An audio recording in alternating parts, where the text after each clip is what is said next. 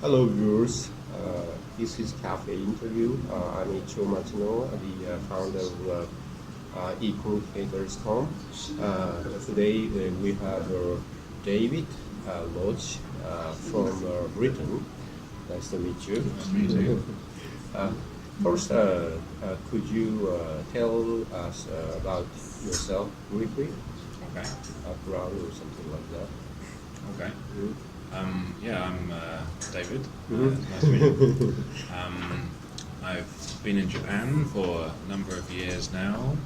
I've been coming here since about 2009, for about 10 years. I used to be a chef. Chef in Britain? In England, yes. Wow. And I've travelled to many countries in the world. Wow. Like where? Like 20 countries. 20 countries? So Australia for a year, Japan for a year, New Zealand, Southeast Asia, almost most of the places in Europe. But Japan, As a chef or? just travel. Just traveling really. But you work? I worked. Yeah, right. I worked in England for a period of time. Made some money. Finished my job, and then went traveling. And then go back to England. Another job. Work again. More money. Travel. It's a really interesting way of life. It's good. It's good to discover yourself as well. So you learn a lot of things if you step away from the boundaries of your normal life and let yourself discover.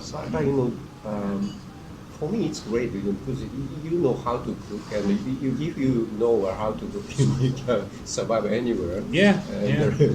You can work anywhere, right? Yeah, there's a lot of opportunities because everyone needs to eat. So. Yeah. That's interesting. But here in Japan, what was what made you come to Japan or interested in Japan first? Younger people tell us that because they are interested in anime or something like that. Right, yeah. But in your case, it's not. I'm not interested in anime, sadly. I have many friends who are interested in anime and drawing, but I can't draw, and I'm not interested in anime. But I like coming to this country and. You just happen to come here. How did you decide? I was flying once, I think, from Australia to England, and I stopped over in Tokyo. Really? Only for one day, and I went to a ramen restaurant, and outside, this sounds really strange, stupid this, but outside there was a car, and it was a great, I don't know, it was like a MPV, like a big car, and it had a sliding door, an automatic sliding door, and we don't have that in England. Really? No? So I was really interested in just this car. And I was also sounds strange, but looking out of my window from my hotel, I saw all the cars were reverse parked into the spaces. And I thought, that's strange as well. And then I flew home, and then next time, a few months later or so, or a year later, I wanted to go to a different country, and I thought, I'm going to fly to Japan for a week. And then Australia for 3 weeks, and then I went to New Zealand, I think. And so I stayed for a week in Japan, and everything looked interesting and strange in Tokyo. Yeah, well, what was the strange things you I found went there? to Nikko, you know Nikko? And there was this woman and she had a dog. It was a basset hound, and big, Huge one? like 2 foot long thing, really heavy. I know what it is. And she was pushing it in a stroller. Okay. And I was like, I took a picture and I was just like, seriously? It's a dog. Yeah. It goes on the ground, it walks. But that thing was like in a carriage. And it's really, now I've been here in Japan a few times and seen everywhere I go, someone is pushing or holding a dog. And I'm like, the thing goes on the ground, it was born to walk. You know, if somebody picked me up everywhere we went, I'd be so bored. So, So in England you don't have such great. influence, really? People, and dog clothing as well is very strange. Really? Yeah. Okay. But interesting things like that. I'm not going to label you as a strange person or something. Yeah, we are. You are a little bit, yeah. But yeah, every day I see something that's interesting. Okay. So, but then how you ended up, coming to Japan as ALT? Well, I just wanted the opportunity to try teaching English. My mother was also a teacher. Really? For special needs children in England for all her life. And she has numerous friends, obviously, who are all teachers. And never really crossed my mind as to follow in her footsteps or anything. But I like kids and what else? I like kids and helping people. So this idea of teaching was very interesting to me. Yeah. So I thought, I'll give it a go. So, and the opportunity of their position job came around, and I thought, I'm going to try and take this. So. Wow. But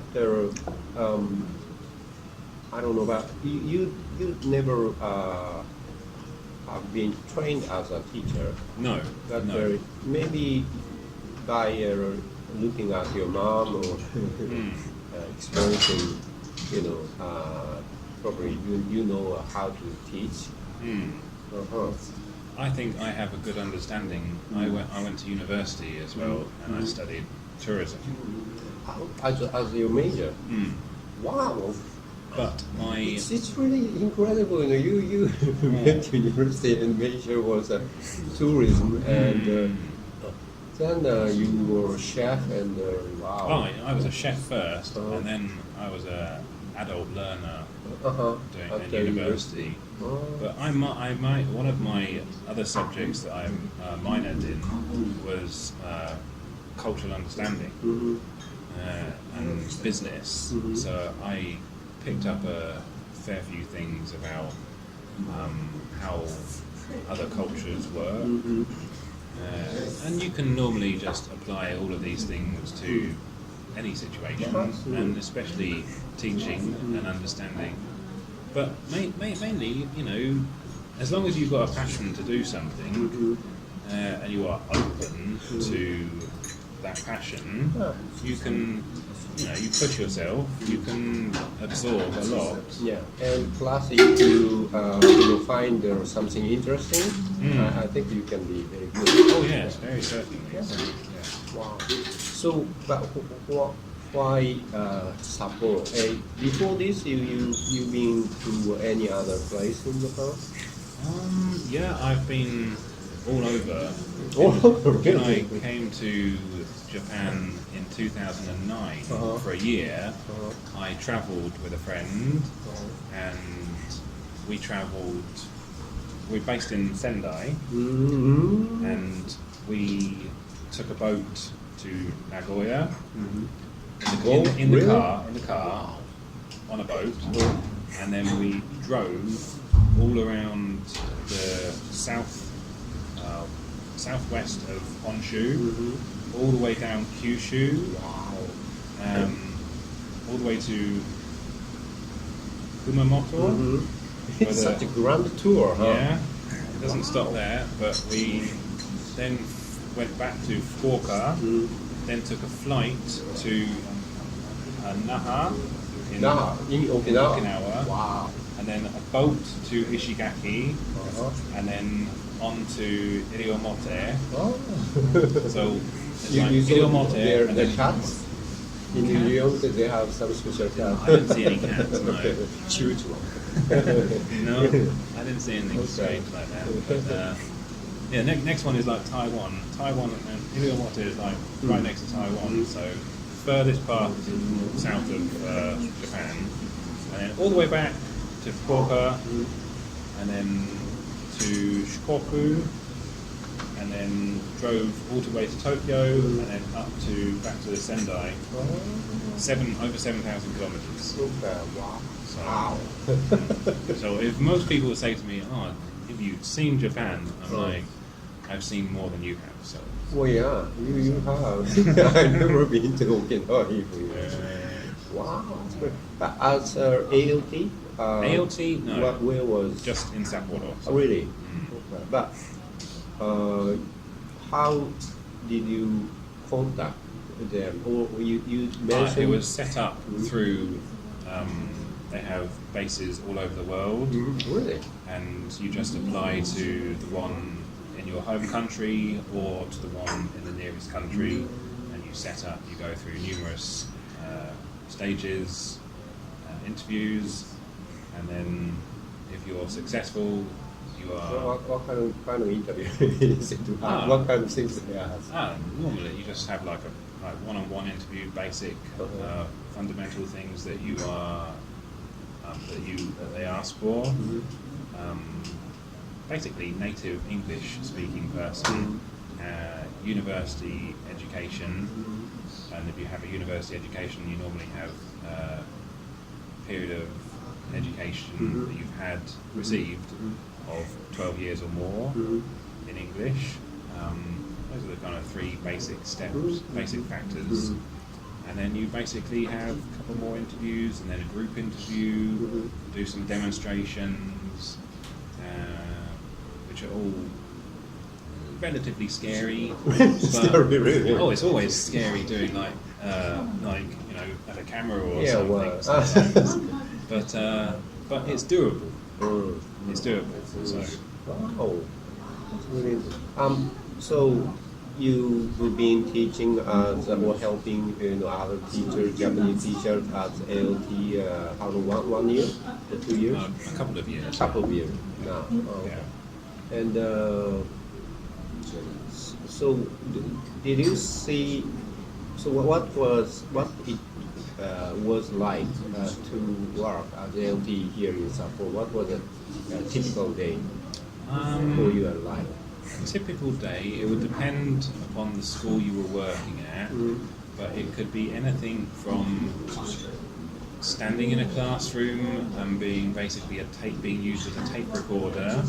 Really? Like if the teacher would say, because I would be an assistant to the teacher, and in some cases the teacher would say, David, could you read this text from the textbook? And so you would do that, and that would be okay. You try and do that, give as much energy and genkiness as you can. But at the end of the day, you'd still just be a tape recorder. So you'd be limited in your potential, for example. Other classes, though, you might do the entire lesson and push the boundaries of whatever you wanted to teach. What was the grammar point? So it would vary from school to school and class to class, and from teacher to teacher. So you had a lot of chance to observe Japanese English teachers. Yes. So what did you what do you think about them? Well, they should have a good points, but there are bad points too. And Japanese are reputed. Since we have been we are taught English for usually 6 years or more, and still we can't talk much in English. So we kind of sometimes think what's wrong with our system. So there might be some problem. So what do you think is the problem? Okay. Well, part one of your question, I think there are a lot of young teachers and a lot of old teachers. It's good in this country that there is a system in place whereby when you start your job, there is an incentive being used, which is not to my knowledge, being used in England, whereby you start your job, you get a really good salary, and then you get incentives, bonuses every year. Your salary will increase every year. In England? In Japan. In Japan, okay. In England, not to my knowledge, it doesn't exist. But in Japan, I know this system is in place. So you are, as a teacher, if you start, you go to university, you train in teaching, you progress into public school, and even if you stay there, by the time you retire on your pension, you're pretty much a millionaire. You're very well off. So the drive, even if you work ridiculously long hours, as I know many teachers do in this country, the incentives are that much more. So it's a good system. So in your opinion, our teachers are more than your teachers in England do? Work harder. No. Are more here. Are more? More teachers? No. Here in Japan, you think teachers earn more money than yours? Yes. Really? I think so. Okay. Wow, I didn't know that. I think so, yeah. And people in Japan don't complain as much. About money? About money, about jobs, about the system, as much as they do in, say, England. In England. But do you think that's good or bad? Sometimes you should complain. Yeah. We really don't complain, and nothing gonna change. No, yeah. In innovation is very limited in this country because you're kind of the only place you can show your feelings is when everyone goes for a izakaya drinking party or something. Yeah. But if you were to say to your boss, like, I don't think this system is working very well, shouldn't we change it? I don't know anybody who. I tell a lie. I know some people, a foreigner, a friend of mine, and he works for a school, public school. He's a math teacher. He has lots of people who are young, who are wanting to change the system. There's an incredibly slow speed in which it's being allowed to change because their voices, although many, are kind of being quashed by older generation who are in charge of the school, in charge of the BOE, so it's not allowing the system to change as much as they want it to. So. Well, Ali, you mentioned our system has a more incentive for teachers to, push themselves harder. But we still can't, enable our students to communicate in English. Yes. So Well, this is the second point that I don't know, upsets me a lot. Really? Is that many kids, no matter what their level, their confidence is literally zero. To speak. Mainly to speak. Their writing ability, reading, and to a degree listening is incredibly high. What do you think? I think. I've met many young people whose ability to speak is incredible. Really? They are, the top of their class. They receive a lot of good grades, high percentages. They go to after-school clubs. They try and speak as much English as they can when they can. If I ever say to them, "Oh, your English is amazing," they will say point blank, "No, my English is terrible." And they, even if I say, "Your English, you are like the cleverest kid in the school for English," they will be like, "No, my English is terrible. I am like the worst English speaking person ever." They are so humble, huh? Yes, but it doesn't do their confidence any good. And many a time, it upsets me when I see Japanese teachers, and when people make mistakes in this country, it's a frowned upon thing. In England, nobody cares if you make a mistake. The idea is, people have always, even when I was a boy at school, I would always be told, try your best. Even if you fail, you still try. But in Japan, the psychology is, if you try, you better make sure it's right. If you don't give the 110% answer, don't even try. So Japanese teachers will often, I don't know, it's almost like an atmosphere has been created in that students aren't able to maybe push the boundaries and push themselves, because in some cases I've seen the teacher will even, if they fail, the teacher will even laugh at them. And then the students will, as a pack, they will also think, this is something funny as well. So, and the teacher, who's the older, older person, lead by example kind of person, he's saying it's okay to laugh, so everyone else is going to laugh, and so the confidence that even the highest achieving English speaking student might have is just, dissolved. So I understand.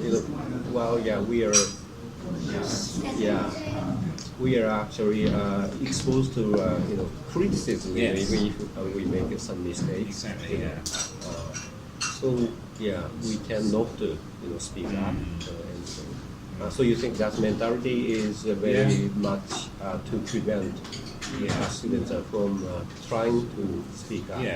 But it kind of goes in sync with what we were talking about earlier about innovation, and how innovation in the UK and in Western countries is normally at a higher level, and change is something that is very normal, and that's perfectly okay. The whole, you need to keep amending things to make it better, but it's somewhat limited in Japan because of the culture. So you think if we can give our students a more chance to speak or talk in English and class freely, they are more positive about themselves, and then they can speak more English. Speak English better. Than this. But also it's very important, I find, with my students that I have and have had in the past, as well as doing that, it is very important to praise the students who are actually trying, because if you don't say anything and you just let them think whatever they're thinking, it can be, they're having to create their they're having to say what they want to say, and they're then thinking, oh, was that good or was that not so good? English teacher comes along and says, oh, that was a really good job. You are really good at doing that. If anyone tells you something else, your feeling gets increased. So you have to support them. Yeah, very much so. Wow, that's really interesting. Well, I also think but I teacher myself that I'm not very good at phrasing people. So maybe we should be trained, It is quite. to phrase. Even I use my computer, and I use a thing called Keynote. And at the end page on my presentation that I do throughout the lesson, I write on it like, good job. So that's also not just to say to them, good job, but that's to remind me to praise even more that person's actually done something that's worthy. So for a teacher, as ridiculous as giving somebody praise is incredibly, somewhat challenging for myself. So in your opinion, well, I think this applies not only to an educational system, but as you said earlier, Europeans, including British, are more innovative because in your educational system, teachers tend to praise students. Okay, that's really interesting. There's more confidence, so people are happier to speak out. So, but how now you change your job, right? So how did you change? Why you decided to quit? Working as I felt like my potential was somewhat limited, and as interested as I am to encourage people to expand their education system in English, I felt like I had learned a number of things, but was more content, or more happier, not content, but happier to push myself harder in the private sector.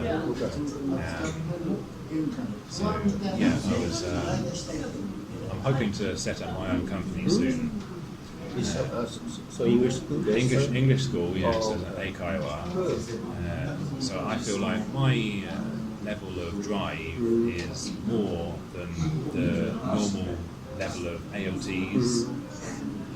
So I want to push harder. So you're gonna teach not only children but adults and so basically anybody.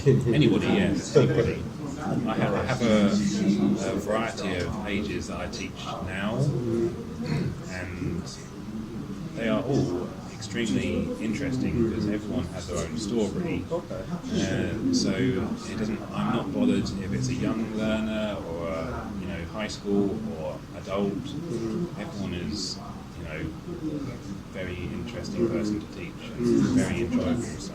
So and I understand you were just married to Japanese lady. Yeah. So how, if you don't mind, how did you meet her, and how you decided to kind of cross cultural relationship might be kind of difficult, but well, of course you loved her very much, so that's why. But plus that you are going to get involved in this culture and country, and how you can decide to do that. So that's okay. Well, I met my wife in Obihiro. Oh, really? In Tokachi. And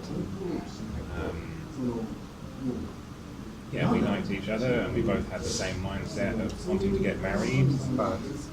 She speaks a lot of English, and although we live in Japan and everything is Japanese and the Japanese system, we speak English to each other all the time. I keep saying that I will try and one day learn this language, but it's very challenging because we speak English and I teach English. Although my mindset has changed more than it was, better than it was 10 years ago. 10 years ago I wouldn't listen. Words would just come in and go out.